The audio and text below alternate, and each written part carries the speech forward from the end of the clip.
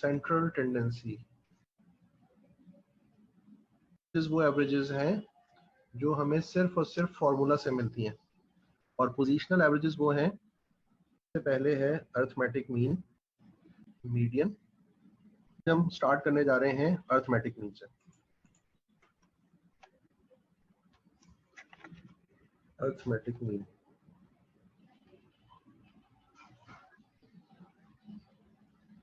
अच्छा, arithmetic mean को start करने से पहले मैं आप चाहता हूं कि आपको थोड़ा ये बता दूं कि डाटा जब हमारे सामने आता है तो किन फॉर्म्स में आता है। नंबर 1, अनग्रुप डाटा की फॉर्म में आता है, यानी डाटा हमारे सामने आएगा तो या तो वो अनग्रुप डाटा कहलाएगा। अच्छा, अनग्रुप डाटा की अगर मैं आपको कोई एग्जांपल दूं तो मार्क्स ऑफ 5, आपका स्टैट्स का कोई क्विज हुआ, उसमें 5 स्टूडेंट्स ने पार्टिसिपेट किया, 4 अनग्रुप डाटा है। ठीक है बेटा, ये है कि मैं डाटा को ग्रुप डाटा में लिखूं लेकिन डिस्क्रीट फ्रीक्वेंसी डिस्ट्रीब्यूशन की फॉर्म में लिखूं, यानी ग्रुप डाटा,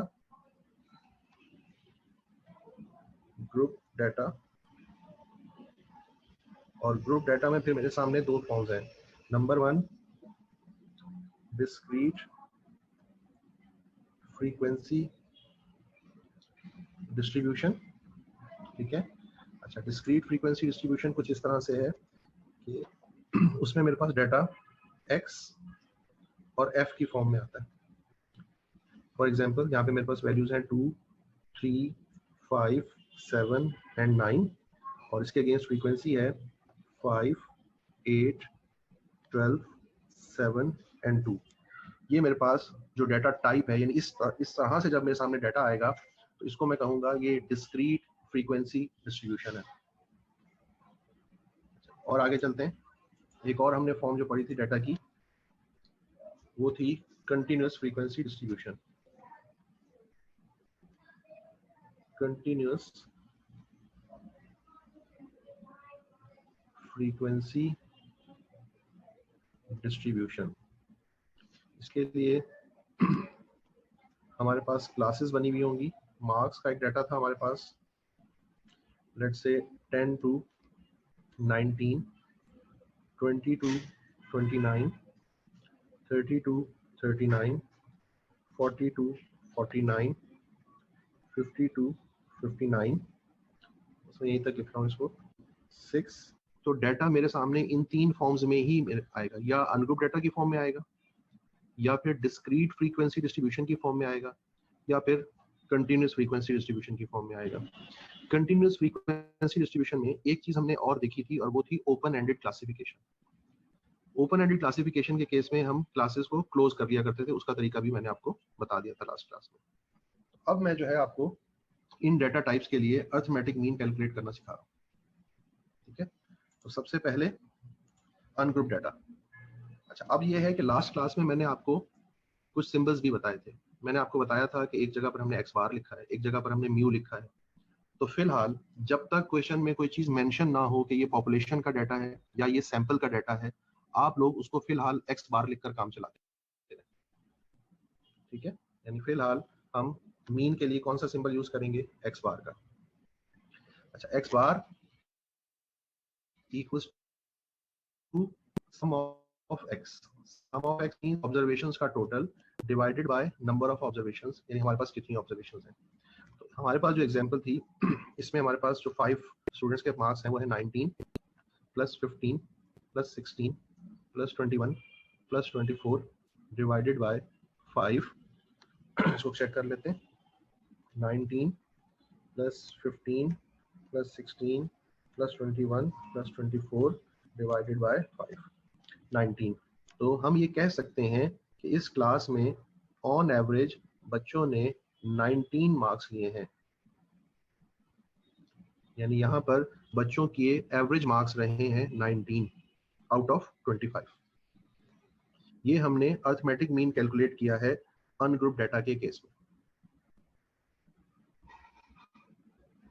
थोड़ा और आगे चलते हैं, और अब हम अपने ग्रुप डाटा के लिए अरिथमेटिक मीन कैलकुलेट करते हैं। और ये जो ग्रुप डाटा है, इस ग्रुप डाटा को हमने कहा है कि ये डिस्क्रीट फ्रीक्वेंसी डिस्ट्रीब्यूशन है। तो अब सिंबल तो हम वही यूज करेंगे जो पहले यूज कर रहे थे, उसमें तो हम चेंज नहीं कर रहे, यानी एक्स बार ही लिख रहे हैं। लेकिन अब हम फॉर्मूले में एक स्लाइड सा चेंज ला रहे हैं, और वो है कि sum of f into x divided by sum of f. अच्छा, अब ये क्या चीज है, यहाँ पर मैं एक कॉलम बनाऊंगा। बेसिकली मुझे यहाँ पर ऑब्जर्वेशंस का टोटल चाहिए था, ठीक है। तो मैं यहाँ पर एफ और एक्स को मल्टीप्लाई करके लिखूंगा। अच्छा, मल्टीप्लाई इसलिए कर रहा हूँ बेटा कि जो पहली ये डाटा मुझे ये बता रहा है कि ये जो ऑब्जर्वेशन 2 है ना, ये डाटा में 5 टाइम्स आई है। तो अब मेरे पास दो ऑप्शंस हैं, या तो मैं 2 को 5 टाइम्स लिखकर ऐड कर लूं, यानी 2, तो मेरा आंसर बनेगा 10, या मैं 2 को 5 से मल्टीप्लाई कर लूं, तब भी मेरा आंसर 10 ही आएगा। तो देखें 2 5 जा 10। दूसरी ऑप्शन, दूसरा तरीका, यानी आगे चलता हूं तो 3 जो है इस डाटा में 8 टाइम्स आया है। तो मेरे पास दो ऑप्शन है, या तो मैं 3 को 8 टाइम्स लिखकर ऐड करूं और मेरा आंसर आएगा 24, या फिर मैं 3 को 8 से मल्टीप्लाई कर लूं। कहने को मैं मल्टीप्लिकेशन कर रहा हूं, लेकिन मिल मुझे सामने ही रहा है इनका। ये देखिए 5 टाइम्स 12, 5 को 12 टाइम्स लिखकर ऐड करूं या 5 को 12 से मल्टीप्लाई कर दूं, 60, 7 टाइम्स 7 49, और 9 टाइम्स 2 इज 18। तो अब मुझे दो टोटल्स रिक्वायर्ड है, एक है सम ऑफ एफ एक्स और दूसरा है सम ऑफ एफ, यानी फ्रीक्वेंसी का टोटल। जब मैं यहाँ आऊँगा तो 10 प्लस 24 प्लस 60 प्लस 49 प्लस 18, 161। और अब मैं फ्रीक्वेंसी का टोटल करूंगा, तो ये है 5 प्लस 8 प्लस 12 प्लस 7 प्लस 2, ये बन रहा है 34। तो मेरे पास टोटल 34 ऑब्जर्वेशंस हैं, और इन 34 ऑब्जर्वेशंस का टोटल है 161। तो मेरे पास अरिथमेटिक मीन की वैल्यू बनेगी 161 डिवाइडेड बाय 34। तो अब मेरे पास मीन की वैल्यू आने वाली है 5। तो या मैं इसको 4.74 लिख सकता हूँ, 4.74। तो इस तरीके से मैं डिस्क्रीट फ्रीक्वेंसी डिस्ट्रीब्यूशन का अरिथमेटिक मीन कैलकुलेट कर लूंगा।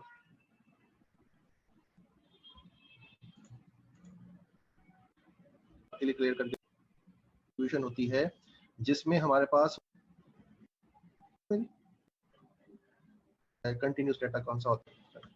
नेक्स्ट हमारे पास है कंटिन्यूस फ्रीक्वेंसी डिस्ट्रीब्यूशन, और कंटिन्यूस फ्रीक्वेंसी डिस्ट्रीब्यूशन के लिए हमारे पास डाटा कुछ इस तरह से क्लासेस की फॉर्म में बना हुआ आ रहा होगा।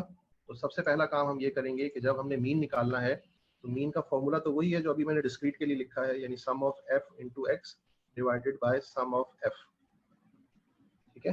तो सबसे पहला काम मुझे ये करना है कि मैं यहाँ पर मिड पॉइंट कैलकुलेट करूंगा।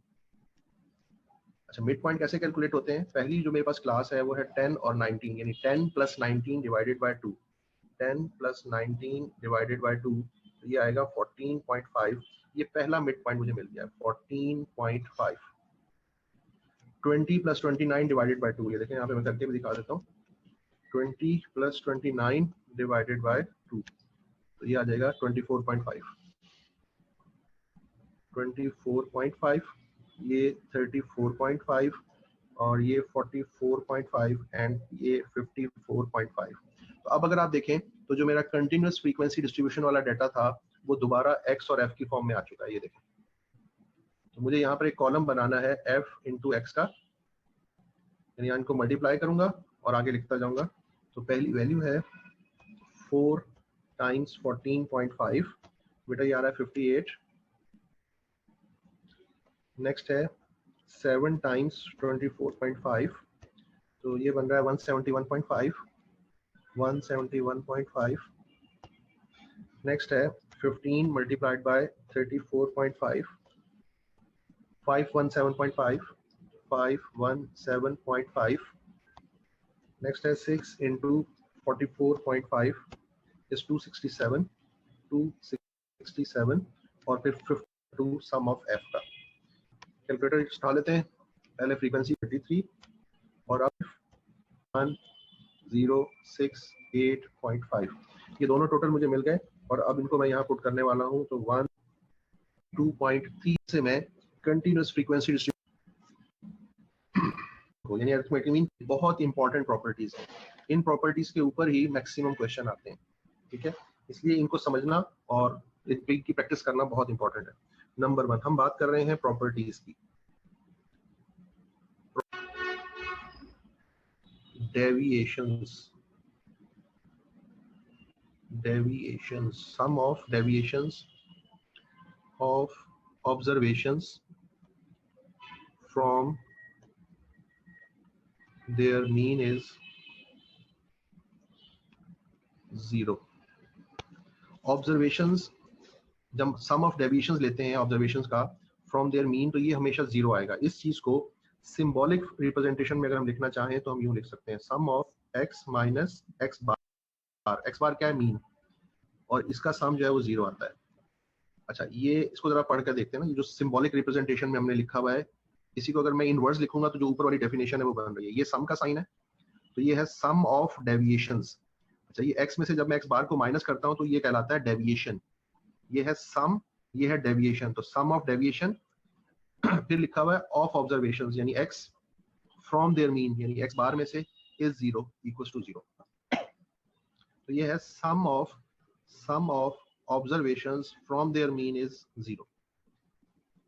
वो ये कहता है कि अगर हम ऑब्जर्वेशंस का मीन निकालें और फिर हर ऑब्जर्वेशन में से उस मीन को माइनस करते जाएं और एट द एंड उन आंसर्स को ऐड कर दें, तो हमारे पास हमेशा 0 आएगा. ये पहली प्रॉपर्टी है अरिथमेटिक मीन की. अब इसके ऊपर जरा एक क्वेश्चन लिखते हैं. पहले तो उसको प्रूव कर लेते हैं ना, क्योंकि ऐसे तो हमें यकीन आता नहीं किसी चीज पर.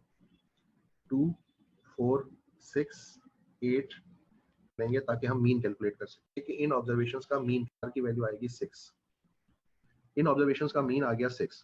तो अब हम करके देखते हैं कि ये 4 माइनस 2 माइनस 6, तो प्लस 6 माइनस 6 कैंसिल आउट 0. तो आप इसके अलावा भी कोई ऑब्जर्वेशंस ले सकते हैं और उन ऑब्जर्वेटी है से पूछना चाहे तो two sum of x minus 5 equals to 8, sum of x minus 6 equals to 0, sum of x minus 7 equals to minus 10. Find arithmetic mean, find x bar, find arithmetic mean. अच्छा, अब अगर आप इस डाटा को देखें तो उसने हमें कुछ ये डेविएशंस दी हुई हैं और उन डेविएशंस के सम दिए हुए. अब अगर हम देखना चाहें तो अरिथमेटिक मीन की फर्स्ट प्रॉपर्टी हमें ये बताती है कि अगर डेविएशंस का सम 0 आ रहा हो तो फिर डेविएशन के पार्ट में जो कुछ लिखा हुआ है वो मीन है. आप देखें, यहाँ पर 0 नहीं आ रहा तो ये तो मीन हो ही नहीं सकता. यहाँ पे 0 नहीं आ रहा तो ये मीन नहीं हो सकता. यहाँ पे 0 नहीं आ रहा तो ये मीन नहीं हो सकता. यहाँ पे 0 मिल रहा है और उसके बाद यहाँ पर जो कुछ लिखा हुआ है वो मीन है. अगर हमें अरिथमेटिक मीन की ये फर्स्ट प्रॉपर्टी मालूम हो, याद हो, तो इस टाइप के किसी भी क्वेश्चन को आंसर करने के लिए हमें किसी कैलकुलेशन की जरूरत नहीं पड़ेगी. सिर्फ ये प्रॉपर्टी हमें बता देगी कि हमारा मीन कौन सा है. और अगर किसी को ये प्रॉपर्टी याद ना हो तो फिर वो कैलकुलेशन करने बैठ जाएगा. ये बात समझ में आई बेटा आप लोगों को? ये प्रॉपर्टी समझ में आई?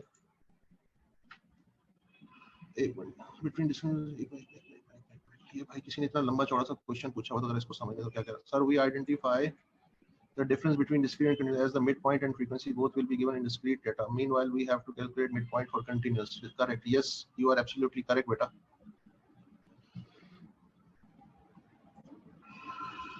बेटा ये पूछो ना, देखें ये सारी कैलकुलेशन उसने आपको दी हुई है और ये कैलकुलेशन देने के बाद वो आपसे कहता है जरा x बार की वैल्यू बताएं. तो मैं ये करूंगा कि मैं देखूंगा कि यहाँ पर डेविएशंस हैं. पहली चीज तो जिसने मुझे प्रॉपर्टी की तरफ जाने पे मजबूर किया, यानी मैं प्रॉपर्टी की तरफ जाने के लिए क्यों सोच रहा हूँ, इसलिए सोचा कि यहाँ पे मुझे डेविएशन नजर आ रही थी. तो जब भी डेविएशन नजर आ रही हो और उसके साथ उनका सम भी नजर आ रहा हो और वो अरिथमेटिक मीन के बारे में पूछ रहा हो, तो फिर मुझे अरिथमेटिक मीन की प्रॉपर्टीज को जरा ध्यान में लाना चाहिए. और अरिथमेटिक मीन की फर्स्ट प्रॉपर्टी मुझे ये बताती है कि डेविएशंस का सम फ्रॉम मीन हमेशा 0 आता है. यानी मीन के अलावा अगर कोई नंबर हम यूज करेंगे तो वो डेविएशन का सम 0 नहीं आता. डेविएशन का सम सिर्फ उस वक्त 0 आता है जब डेविएशन फ्रॉम मीन हो. तो आप ये देखें कि ये यहाँ पर 15 है, फिर 8 है, फिर 0 है, फिर -10 है. तो फर्स्ट, सेकंड और फोर्थ ऑप्शन हमारा आंसर हो ही नहीं सकती क्योंकि वहां पे 0 नहीं आ रहा. तो जहां मुझे 0 मिल रहा है उस 0 के साथ यहाँ पर देखें मेरे पास जो डेविएशन x में से जिस चीज को हम डेविएशन के तौर पे यूज कर रहे हैं वो मीन है. तो इस तरह से मुझे x बार की वैल्यू 6 मिल जाएगी. ठीक हो गया बेटा? अच्छा, अब आगे चलते हैं, अरिथमेटिक मीन की सेकंड प्रॉपर्टी पे चलते हैं. अरिथमेटिक मीन की सेकंड प्रॉपर्टी हमें बताती है the sum of squared, the sum of squared deviations of observations from their mean is minimum. इस चीज को अगर हम सिंबॉलिक फॉर्म में लिखें तो कुछ यूं लिखेंगे, sum of squared deviations from mean is minimum. The sum of square deviations from mean is minimum. यानी आप ये देखें कि वही पहले वाला काम किया, लेकिन एक एक्स्ट्रा चीज ये की है कि जो हमने डेविएशंस ली हैं उन डेविएशंस का साथ के साथ स्क्वायर भी करते चले गए, और फिर उसके बाद जब हमने सम किया है तो फिर वो सम की वैल्यू मिनिमम है। मिनिमम का मतलब किसी और वैल्यू से कम आने वाली है। तो इसको जरा देख लेते हैं, इसका भी एक छोटा सा प्रूफ कर लेते हैं, ठीक है? Okay, 2, 4, 6, 8 and 10। सबसे पहले x वैल्यूज का टोटल जो कि इस केस में आ रहा है 30, यहाँ पर x वैल्यूज का मीन, और वो बनेगा 30 डिवाइडेड बाय 5, तो ये वैल्यू आ रही है 6। ओके, अब हम क्या करेंगे, हम ये करेंगे कि जनाब x में से 6 को माइनस भी करेंगे और साथ के साथ स्क्वायर भी करते चले जाएंगे, x माइनस 6 और फिर स्क्वायर। तो पहली ऑब्जर्वेशन है 2, इसमें से 6 को माइनस करूंगा तो 2 माइनस 6 इज -4, और -4 का स्क्वायर हो जाएगा 16। सेकंड ऑब्जर्वेशन मेरे पास है 4, 4 माइनस 6 इज -2, और -2 का स्क्वायर है 4। ओके, अब ये किसी और से कम कैसे होगा? अब प्रॉपर्टी हमें ये बताती है कि आपने यहाँ पर डेविएशंस के लिए 6 को यूज किया है, आप 6 के अलावा अगर कोई और नंबर यूज करेंगे तो उनकी स्क्वायर डेविएशंस का सम 40 से ज्यादा आएगा। ये है सेकंड प्रॉपर्टी। तो आप अगर कहें तो 6 के अलावा हम कोई भी और नंबर यूज करके इसको चेक कर सकते हैं, जो नंबर आप कहें वो कर लूंगा, बस नहीं आएगा। ऐसी प्रोग्राम फौरन शुरू हो गया तुम लोगों का, 5 कर लें, 8 कर लें। 3 माइनस 3 का स्क्वायर है 9, 4 माइनस 5 इज 1, माइनस 1 का स्क्वायर 1, 6 माइनस 5 इज 1, 1 का स्क्वायर 1, 8 माइनस 5 इज 3, 3 का स्क्वायर 9, 10 माइनस 5 इज 5, और 5 का स्क्वायर 25। तो यहाँ पर अगर हम देखें sum of x minus 5 square equals to कितना बनेगा जी? 25, 35 एंड 45। ये मीन का अभी भी कम है। उसके अलावा किसी ने 2 भी बोला था, तो चलो एक 2 भी चेक कर लेते हैं। x माइनस 2 स्क्वायर, तो 2 माइनस 2 इज 0, 0 का स्क्वायर 0, 4 माइनस 2 2 का स्क्वायर 4, 6 माइनस 2 4 का स्क्वायर 16, 8 माइनस 2 6 का स्क्वायर 36, और 10 माइनस 2 8 का स्क्वायर 64। तो यहाँ पर है बेटा sum of x minus 2 square equals to 64, 100 और 120। हाँ जी, इसके अलावा कोई वैल्यू जो आप चेक करना चाहें? किसी ने 4 भी कहा था, चलिए 10, रिमशा का 4 है और शबाना का 10 है, नहीं सॉरी उल्टा बोल दिया, रिमशा का 10 है और शबाना का 4 है। चलें ये भी कर देते हैं, क्या याद करोगे तुम लोग? x माइनस 4, 4 का सम ऑफ, अच्छा 10 के लिए 2 माइनस 10 इज 8, 8 का स्क्वायर 64, और 10 माइनस, अगर तसल्ली हो गई हो तो ठीक, वरना फिर अगर ओके बेटा। अब इसके क्वेश्चन को मिनिमम का मतलब है ना दूसरे से कम होगा, मोहम्मद कासिम साहब, दूसरे से कम होगा।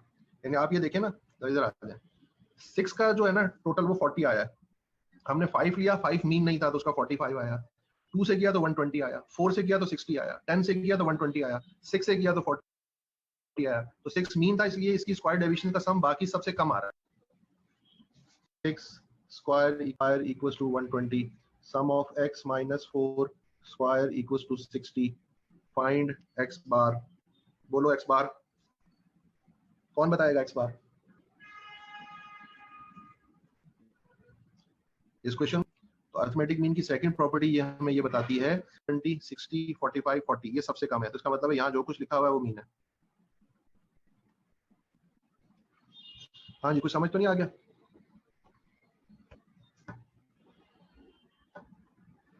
अब्दुल राफे बट था, दानिश अलाई साहब कह रहे हैं माइनस डेटा का मीन था, जो डेटा भूल जाए, ऊपर कुछ नहीं लिखा हुआ, यही क्वेश्चन लिखा हुआ है हमारे सामने। तो मैं देख रहा हूँ जब स्क्वायर डेविएशंस होंगी तो जहां पर स्क्वायर डेविएशंस का सम सबसे कम आ रहा होगा वही मेरा मीन होगा, तो यहाँ पे मुझे मीन मिल गया।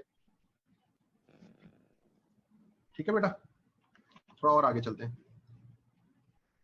अरिथमेटिक मीन की थर्ड प्रॉपर्टी, अरिथमेटिक मीन की थर्ड प्रॉपर्टी पर चलने से पहले मैं आपको 2 चीजें बताना चाहता हूँ, और ये बहुत इंपॉर्टेंट है। इंपॉर्टेंट तो पहले वाली भी थी, हम कहेंगे सारी चीज इंपॉर्टेंट कह रहे हैं, इसको इंपॉर्टेंट इसलिए कह रहा हूँ कि ये आगे वाली जितने टॉपिक पढ़ेंगे उसमें भी इन्वॉल्व है। तो पहली चीज है change of origin change of origin. Change of origin क्या होता है ये समझ लें। If a constant is added or subtracted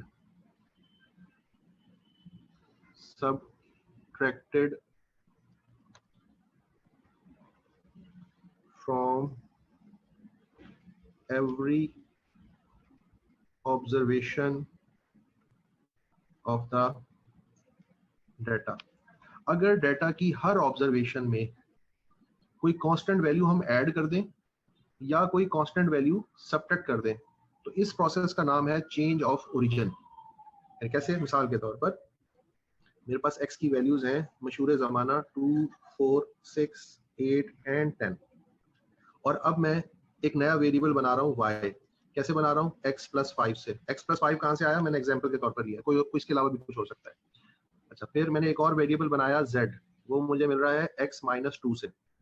ये x-2 से कहाँ है? मैंने एग्जांपल लिया, वो क्वेश्चन में गिवन होगा। इन दोनों केसेस में ये जो y और z है ना, ये दोनों मुझे कैसे मिल रहे हैं? ये चेंज ऑफ ओरिजिन से मिल रहे हैं। क्यों? क्योंकि पहले केस में मैं x की हर ऑब्जर्वेशन में 5 को ऐड कर रहा हूँ। तो देखिए 2 + 5 is 7, 4 + 5 is 9, 6 + 5 is 11, 8 + 5 is 13 और 10 + 5 is 15। दूसरे केस में मैं x की हर ऑब्जर्वेशन में से 2 को सब्ट्रैक्ट कर रहा हूँ। तो 2 - 2 is 0, 4 - 2 is 2, 6 - 2 is 4, 8 - 2 is 6 और 10 - 2 is 8। तो इन दोनों केसेस में मैंने क्या काम किया है? मैंने ये किया है कि ये चेंज ऑफ ओरिजिन हो रहा है। ये क्या हो रहा है? Change of origin. Change of origin समझ में आया? चेंज ऑफ ओरिजिन ये है कि डाटा की हर ऑब्जर्वेशन में कोई कांस्टेंट वैल्यू ऐड हो रही हो या कोई कांस्टेंट वैल्यू सब्ट्रैक्ट हो रही हो।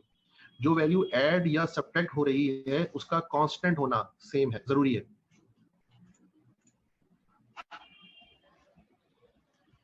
मकसद ये है बेटा कि हम कभी कभी डाटा को चेंज करते हैं ना अनुराज कुमार साहब, तो डाटा में कोई चीजें ऐड होती हैं, सब्ट्रैक्ट होती हैं, तो हम इस प्रॉपर्टी को यूज कर लेते हैं।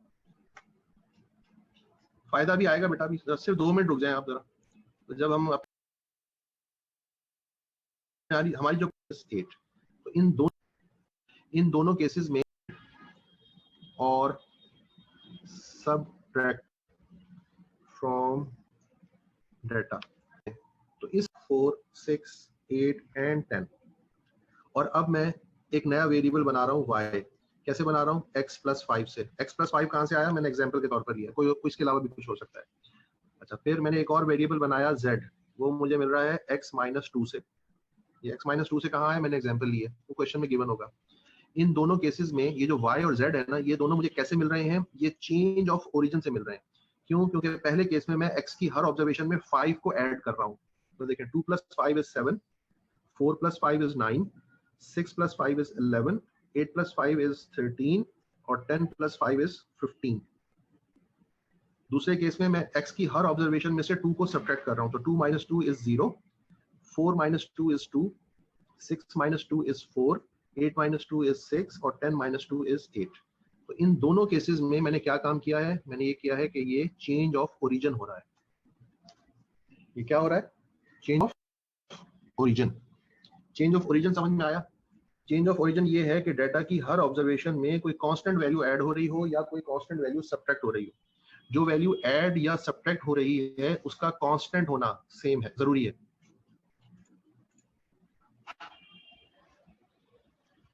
मकसद ये है बेटा कि हम कभी कभी डाटा को चेंज, फायदा भी आएगा बेटा, भी सिर्फ 2 मिनट रुक जाएं आप जरा।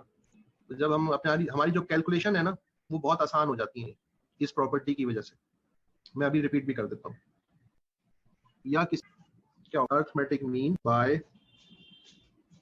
Change of origin such that x bar equals to y plus, हमने क्या किया था वहां पे? 5 ऐड किया था ना पहले, अभी एग्जांपल में पहले वाले काम में क्या किया था? 5 ऐड किया था, बिल्कुल सही है। अच्छा, नंबर 2 z एक मिनट रुकिएगा, यहाँ पे एक छोटी सी मिस्टेक हो गई है, इसको इस तरह से लिख लेते हैं। y equals to x plus 5। y हमें इस तरह से मिल रहा था ना, x प्लस 5 से, तो y पर भी बार लगा रहा हूँ, x पर भी बार लगा रहा हूँ। अच्छा, अब z हमें मिल रहा था x माइनस 2 से, तो x पर भी बार लगा रहा हूँ और 2 पर z पर भी बार लगा रहा हूँ। तो अब ये प्रॉपर्टी हमें ये बताती है कि अगर मुझे x वैल्यूज का मीन मालूम हो और फिर मुझे ये पता हो कि x की हर ऑब्जर्वेशन में 5 ऐड हो रहा है, तो y वैल्यूज का मीन निकालने के लिए मुझे पूरी कैलकुलेशन करने की जरूरत नहीं पड़ेगी। मैं सिर्फ x वैल्यूज के मीन में 5 को ऐड कर दूंगा तो मुझे y वैल्यूज का मीन मिल जाएगा। इसको जरा वापस अपनी एग्जांपल पे लेके चलते हैं और जरा समझने की कोशिश करते हैं। ये देखो बेटा, ये हमने x से y और z बनाया था। तो सबसे पहले x वैल्यूज का mean, sum of 7 plus 9 plus 11 plus 13 plus 15, ये आ रहा था 55। सम ऑफ y आ रहा है 55 और सम ऑफ z है हमारे पास 10 और ये 20। ठीक है बेटा, तो अब सबसे पहले x वैल्यूज का मीन वो है 30 डिवाइडेड बाय 5। x वैल्यूज का मीन आ रहा है 6। अच्छा, y वैल्यूज का मीन भी चेक कर लेते हैं, वो है 55 डिवाइडेड बाय 1 2 3 4 5, तो y वैल्यूज का मीन आ रहा है 11। ठीक है, और z वैल्यूज का मीन भी चेक कर लेते हैं, तो z वैल्यूज का मीन है 20 डिवाइडेड बाय 5 इज 4। अच्छा, अब ये जो मैंने मीन की वैल्यूज निकाली हैं, x वैल्यूज का मीन 6, y वैल्यूज का मीन 11 और z वैल्यूज का मीन 4, ये मैंने पूरी कैलकुलेशन की है। पूरी कैलकुलेशन से मैंने ये आंसर्स निकाले हैं। ये प्रॉपर्टी हमें ये बताती है कि आप ये पूरी कैलकुलेशन ना भी करें तो ये जो रिलेशन है x और y का, यहाँ से भी मुझे y वैल्यूज का मीन मिल सकता है। ये देखें, यहाँ पर मैं x की जगह पर x वैल्यूज का मीन पुट कर लेता हूँ। x वैल्यूज का मीन था 6 और y वैल्यूज, और फिर उसके बाद उसमें 5 ऐड हो रहा है, तो आप ये देखें मुझे y बार की वैल्यू मिल रही है 11 और मेरी कैलकुलेशन ने भी मुझे यही आंसर दिया था। इसी तरह z वैल्यूज का मीन मुझे मिल जाएगा, x वैल्यूज का मीन है 6 माइनस 2 इक्वल्स टू 4, तो z वैल्यूज का मीन आ रहा है 4 और मेरी कैलकुलेशन ने भी मुझे यही आंसर दिया था। तो ये प्रॉपर्टी मुझे ये बताती है कि अगर x में से कोई कांस्टेंट वैल्यू सब्ट्रैक्ट हो रही हो या कोई कांस्टेंट वैल्यू ऐड हो रही हो, तो जो न्यू वेरिएबल है उसका मीन निकालने के लिए मुझे पूरी कैलकुलेशन करने की जरूरत नहीं है। सिर्फ पुराने वाले मीन में वो जो चेंज ऑफ ओरिजिन का नंबर है वो सिर्फ ऐड या सब्ट्रैक्ट कर दो तो न्यू वैल्यूज का मीन मुझे मिल जाएगा।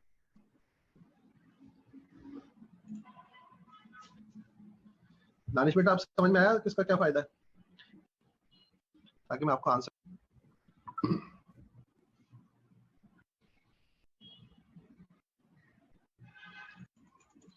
ये ले, पहले तो ये देखें ना, ये चेंज ऑफ ओरिजिन की डेफिनेशन नोट कर लें।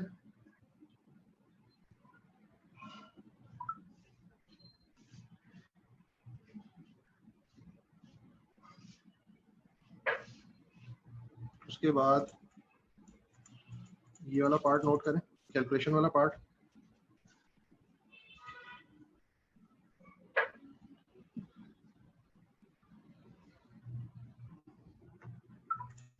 और उसके बाद ये चीज नोट कर लें।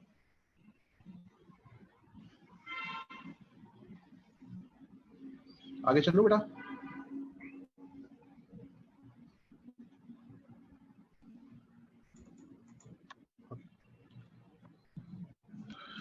नेक्स्ट है बेटा change of scale. Change of scale, change of scale क्या होता है? If every observation of the data is multiplied or divided by a constant, यानी डेटा की हर ऑब्जर्वेशन को हम किसी कांस्टेंट से मल्टीप्लाई करें या किसी कांस्टेंट से डिवाइड करें, तो इस प्रोसेस का नाम है चेंज ऑफ स्केल।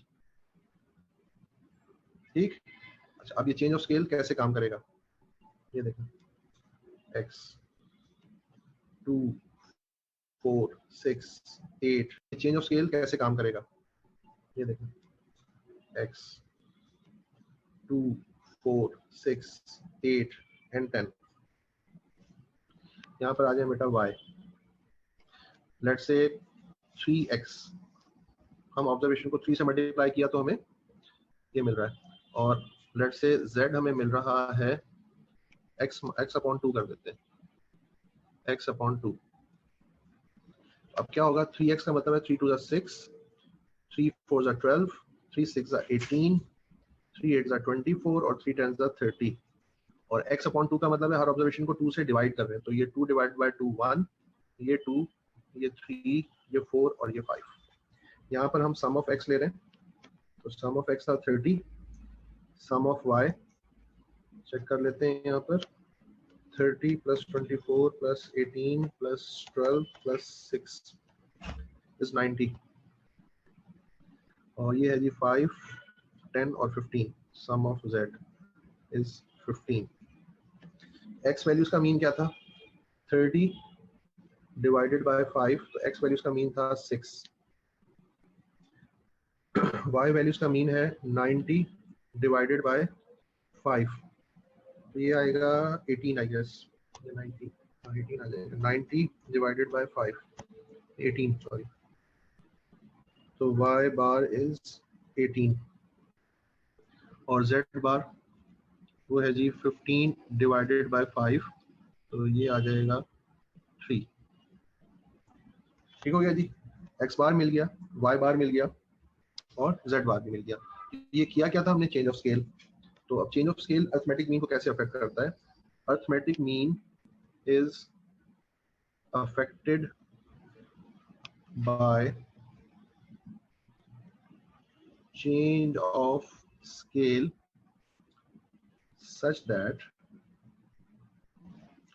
अभी हमारी एग्जांपल में क्या चल रहा था, हमने मल्टीप्लाई किया था 3 से, तो यहाँ पर मैं लिख रहा हूँ y इक्वल्स टू 3x, और यहाँ पर मैं z लिख रहा हूँ x डिवाइडेड बाय 2। z मिला है x को 2 से डिवाइड करने से, और y मिल रहा है 3 को x से मल्टीप्लाई करने से, तो मैं यहाँ भी बार लगा रहा हूँ, यहाँ भी बार लगा रहा हूँ। तो अब आप ये देखें कि हमने ये वैल्यूज पहले निकाली हुई है, तो y बार की वैल्यू मुझे मिल जाएगी 3 टाइम्स x बार की वैल्यू जो कि 6 थी, ये देखें 18, हमारी कैलकुलेशन ने भी हमें यही आंसर दिया था। z बार की वैल्यू हमें मिल जाएगी 6 डिवाइडेड बाय 2 इक्वल्स टू 3, और हमारी कैलकुलेशन ने भी हमें यही बताया था। तो इस प्रॉपर्टी ने हमें ये बताया कि अगर x से कोई नंबर मल्टीप्लाई हो रहा है या x किसी नंबर से डिवाइड हो रहा है, तो हमें पूरी कैलकुलेशन करने की जरूरत नहीं है, हम सिर्फ इतना काम करेंगे कि x और y की जगह x और y वैल्यूज के मीन पुट कर देंगे, या x वैल्यूज का मीन पुट करेंगे तो y वैल्यूज का मीन मुझे ऑटोमेटिकली मिल जाएगा, बिल्कुल उसी तरह जैसे हमने चेंज ऑफ ओरिजिन के केस में किया था। क्लियर है बेटा?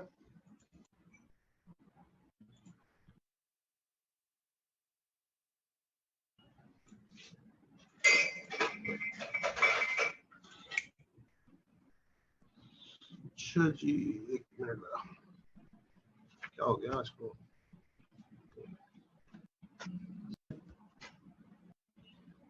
यहाँ पर जो हम दोनों में हमने अलग अलग ये काम किया है, तो अब एक ऐसी एग्जांपल लेते हैं जिसमें चेंज ऑफ ओरिजिन और चेंज ऑफ स्केल दोनों एक साथ हो रहे हो।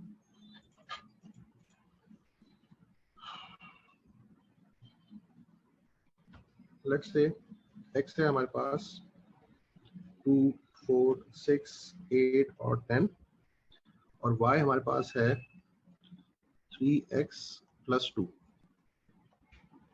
अब आप ये देखें, x के साथ 3 मल्टीप्लाई भी हो रहा है और फिर हर ऑब्जर्वेशन में 2 ऐड भी हो रहा है, तो इस वाले एग्जांपल में चेंज ऑफ ओरिजिन और चेंज ऑफ स्केल दोनों काम एट ए टाइम हो रहे हैं। चेक कर लेते हैं, x की जगह 2 पुट करेंगे तो 3 2 6, 6 plus 2 is 8, 3 4 12 plus 2 14, 3 6 18 plus 2 is 20, 3 8 24 plus 2 is 26, 3 10 30, 30 plus 2 is 32।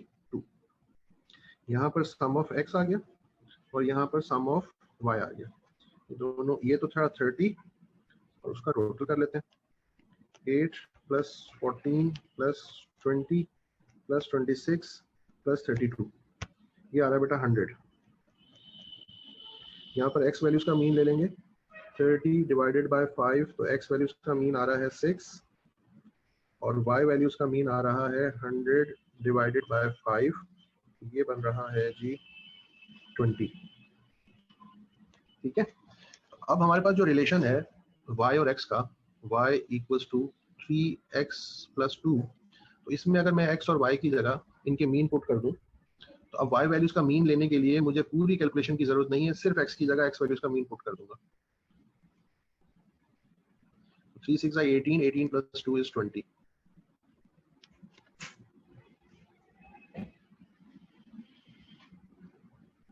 तो हमारी कैलकुलेशन ने भी हमें यही बताया था।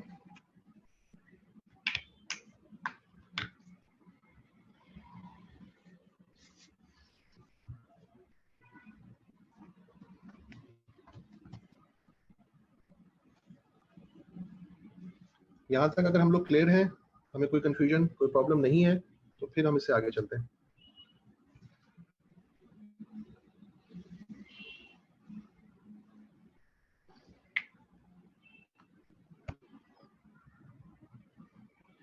किस बात का किस तरह मालूम होगा बेटा कासिम?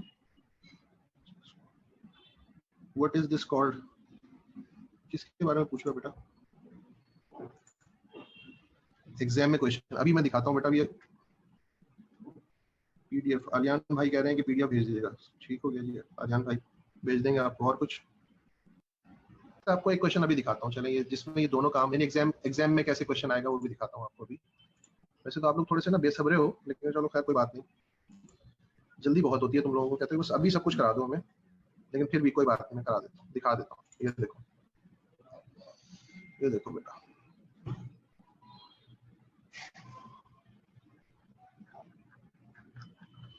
ये है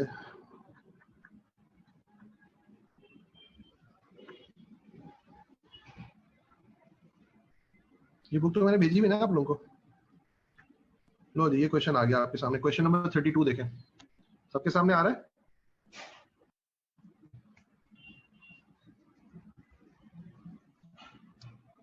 बल्कि इवन 31 भी आ गया, जबरदस्त, दोनों चीजें एक साथ आ गई। अगर वो थ्योरी में आपसे पूछेगा तो यहाँ लिखा हुआ है the arithmetic mean is affected by change of, A में लिखा हुआ है स्केल, बी में लिखा हुआ है ओरिजिन, सी में लिखा हुआ है माइंड, डी में लिखा हुआ है ए एंड बी, यानी the arithmetic mean is affected by change of origin and scale, दोनों से अफेक्ट होता है, इसलिए हमारा ऑप्शन है डेल्टा।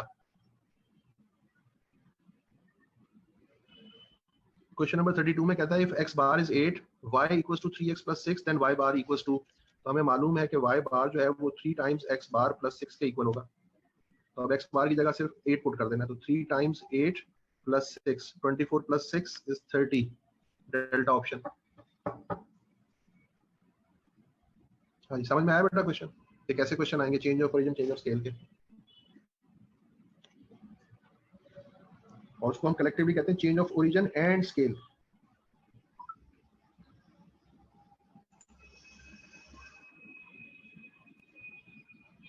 मैं बेटा दोबारा भेज देता हूँ फैजान, कोई मसला ही नहीं है, जितनी दफा आप कहेंगे उतनी दफा भेज दूंगा।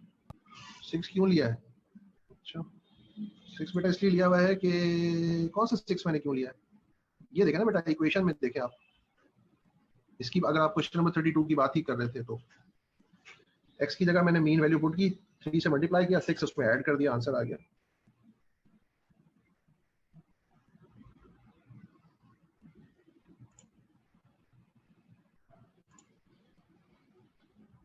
ओके बेटा,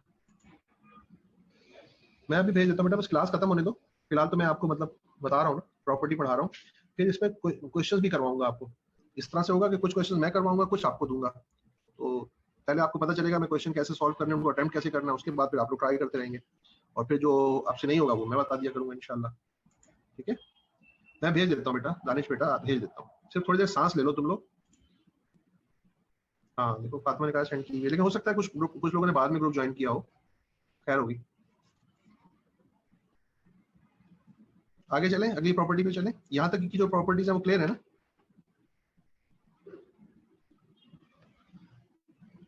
ओके चलें, ये थी थर्ड प्रॉपर्टी। ये थर्ड प्रॉपर्टी के अंदर हमने देखा था change of origin and scale. ठीक है, अच्छा, अब जो फोर्थ प्रॉपर्टी है उसको हम कहते हैं combined mean. Combined mean, combined mean का मतलब होता है एक से ज्यादा ग्रुप्स का एक जगह पर मीन निकालना। ठीक है, कैसे लिखा जाएगा जरा देखो, एक्स बार लिख के इसके नीचे सबस्क्रिप्ट में मैंने सी लिखा है, कंबाइंड एक्स बार के साथ सबस्क्रिप्ट में मैंने क्या लिखा है, सी, कंबाइंड मीन।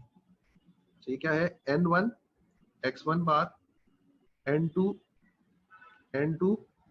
x2 बार, n3 x3 बार,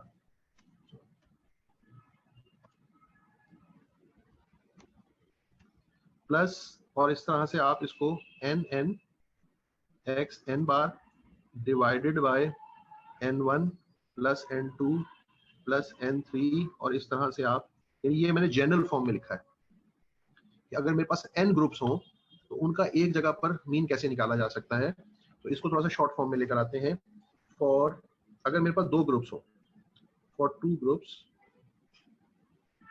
तो फिर उस वक्त कंबाइंड मीन का जो फॉर्मूला है वो कुछ यूं हो जाएगा, n1 x1 bar n2 x2 bar divided by n1 plus n2। अगर मेरे पास दो ग्रुप हो तो मैं इसको इस तरह से लिखूंगा। अगर मेरे पास तीन ग्रुप हो, फॉर थ्री ग्रुप्स,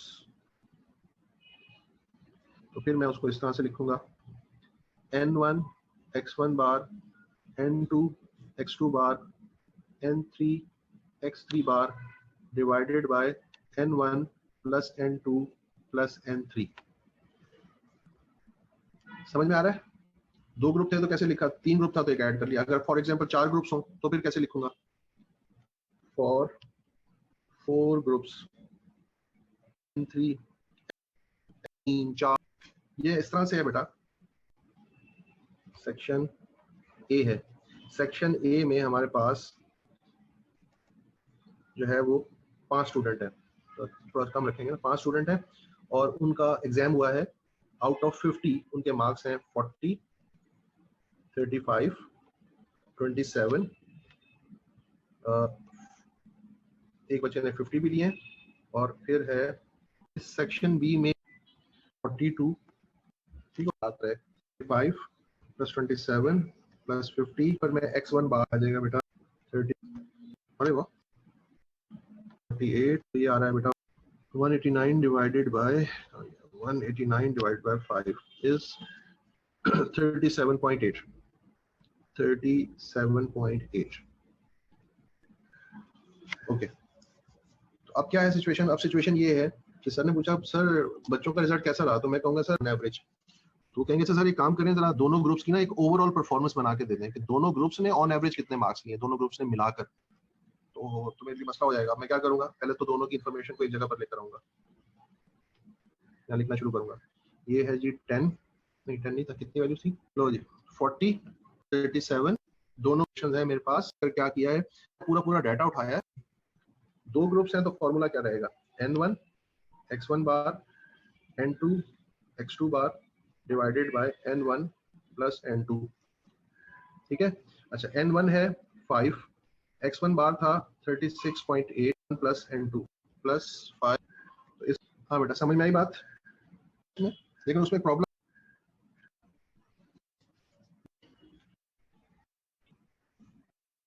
आगे। ओके, अब हम आपको ये change of origin change of scale का तो ये भी करके दिखाया मैंने आपको। अब थोड़ा इससे ऊपर चलते हैं, ये एक्सरसाइज है 2.1, ठीक है, मेजर्स ऑफ सेंट्रल टेंडेंसी। सबसे पहले ये क्वेश्चन नंबर 3 देखें।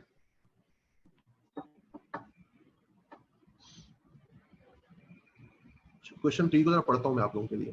कहता है factory employees staff in 4 departments for which average, और विद इन ब्रैकेट लिखा हुआ है mean wage per employ per week is as follows. ये जो डिपार्टमेंट ए है इसमें काम करने वाले लोगों की एवरेज सैलरी है 50, यानी ये है x1 बार, और डिपार्टमेंट ए में नंबर ऑफ एम्प्लॉइज है 20 यानी n1। इसी तरह डिपार्टमेंट बी में काम करने वाले लोगों की एवरेज सैलरी है 100, डिपार्टमेंट बी में काम करने वाले लोग हैं 5, डिपार्टमेंट सी में 70, काम करने वाले लोग 10। डिपार्टमेंट डी में सैलरी है 80, काम करने वाले लोग हैं 5। और उसके बाद उसने हमसे क्या पूछा है, कहता है the average wage per employ per week in this factory is, पूरी फैक्ट्री में जितने भी एम्प्लॉइज हैं उन सब की एवरेज क्या बनेगी। ये तो सबका अलग अलग एवरेज गिवन है ना, डिपार्टमेंट ए के लोगों का एवरेज है, डिपार्टमेंट बी के, सी के, डी के, इन लोगों का अलग अलग एवरेज हमें मिल रहा है। लेकिन वो कहता है कि भाई अगर हमें पूरी फैक्ट्री में काम करने वालों का एवरेज चाहिए हो तो क्या करेंगे। तो सबसे पहले तो अगर आप ये देखें तो इसमें 4 ग्रुप नजर आ रहे हैं, ए बी सी डी। तो हमारे पास जो फॉर्मूला है वो कौन सा लगने वाला है, 4 ग्रुप्स वाला। 4 ग्रुप्स में सबसे पहले क्या लिखा हुआ था, n1 x2 बार प्लस 5 यानी n4, और ये हो गया प्लस 5 प्लस 20 इंटू 50 80 सकते हैं यानी बीटा ऑप्शन। समझ में आया। और क्वेश्चन देखते हैं, आगे चलते हैं जरा, ऐसा ही कुछ क्वेश्चन और ढूंढते हैं। तो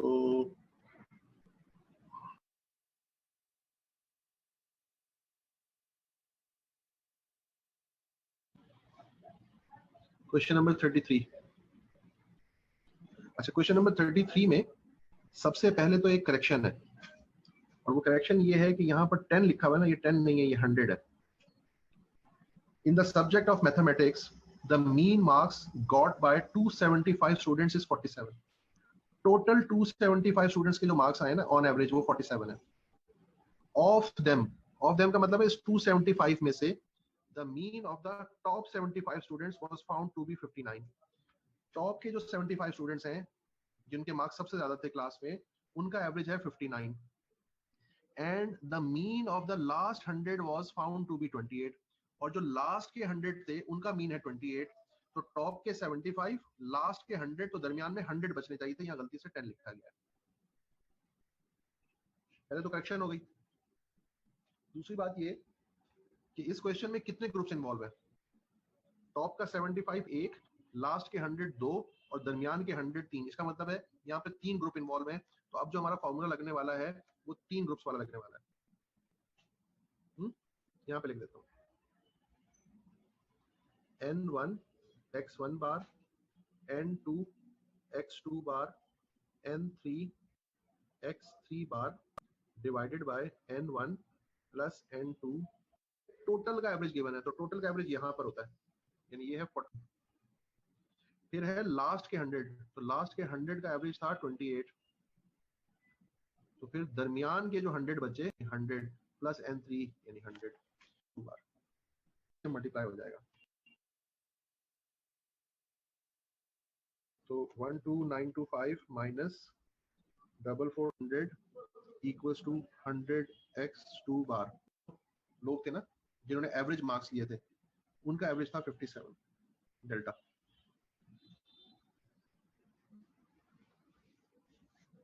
हाँ जी, क्वेश्चन समझ में आया बेटा।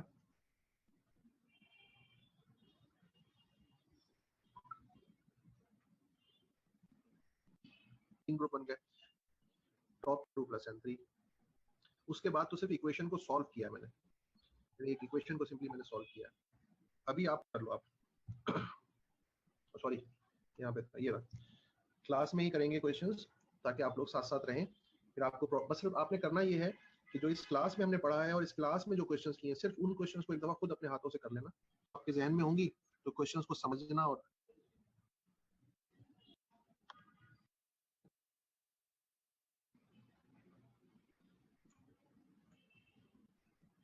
उस बच्चे का या तो सर काशिफ को मैसेज करो, या फिर क्या नाम है उनका यार, वो बताओ, नाम जहन से निकल गया बच्चे का।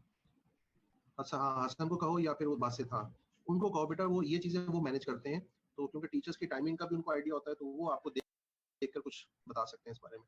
ठीक है बेटा, मेरे हाथ में ये चीजें है नहीं, तो मैं सिर्फ पढ़ा सकता हूँ आपको। ठीक है बेटा।